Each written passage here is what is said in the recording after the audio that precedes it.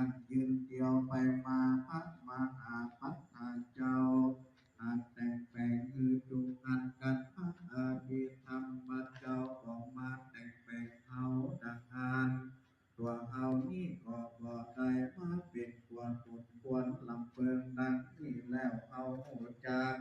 คนแห่งอาภิธรรมมาเจ็กสัมปีคือหูจักยิงว่าลงไปทั้งมวลทิจาราคนความแม่แห่งตนและญาติกาทั้งหลายได้ตามดังพระพุทธเจ้าเทศนาในมัชฌิมาว่าภูกาลังโพไดหูจักคนแห่งอาภิธรรมมาเจ็ดกับปีอันมาแต่งแปลงกาญายินทรีย์จิตใจแห่งตนทิ้งได้เดียวว่าหูจักคนแห่งพ่อแม่ตนแต่แลอันนาเหตุดังอันบุกาลาหญิงใจทั้งหลายตั้งกาอันแลนักบวชเจ้าทั้งหลายถูกตั้งใจฟังแล้วควรทำเพียงเอาเนื้อในรักลงจำไว้ในมโนวันแห่งตนปฏิบัติตั้งมาตั้งในพระพุทธเจ้านาเทศนาไว้ทุกภาคการแต่เดินก่อนจังควร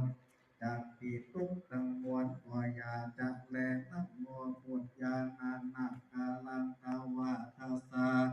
มัตตาปุนังสัพพะปาปังวินาสันตุโมกาลังเอกวิสติปิตาปุนัง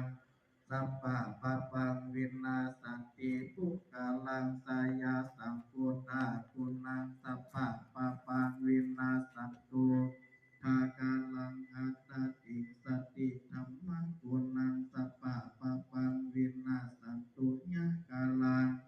จตุทัสสะสังคุนันตังสัพพะปะปังวินาสันตุนาคือได้คุณมาตาตนแม่12โมได้คุณพิตาตนบ่อเศร้าเห็นผู้ได้คุณพระพุทธเจ้า56าได้คุณพระธรรมเจ้า38ญาได้คุณพระสังฆเจ้า14แถมใน1วันนาคือใดอัปปพุทธเจ้าผู้สันทามาตั้งอยู่ตากำขวาแห่งมนุษย์